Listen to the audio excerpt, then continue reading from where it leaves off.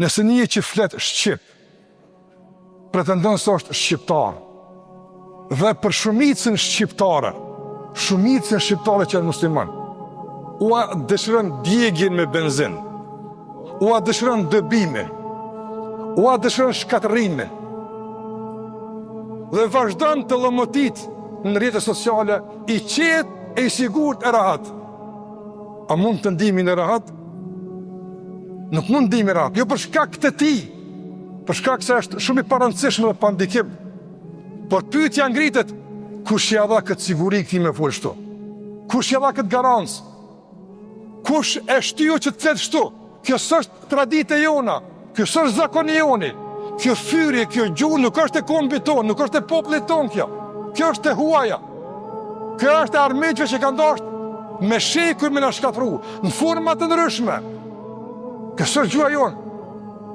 Na kështu s'kemi fol kur. Madje kur dikush ka fol, në qafi kemi hyp, duke refuzuar një gjuhë të tillë dhe komunikim të tillë.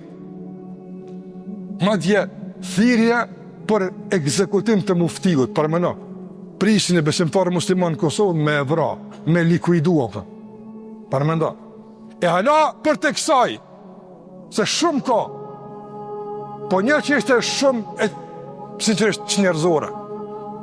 Një postim që kishte postu një xhami e bukur në Zvicër, një aktivitet me fëmijë që kishte pas mësim besim, ku ata ka mësu shqip, që e ruajnë gjuhën, kulturën, identitetin e tyre e ruajnë përmes këtij mësim besimi, e mësojnë fenë e tyre, por e mësojnë kulturën e tyre kombëtare dhe gjuhën e tyre. Dhe në fund të aktivitetit, normalisht, xhamia kishte publikuar një foto me fëmijët si gëzim për këtë sukses, shumë normal.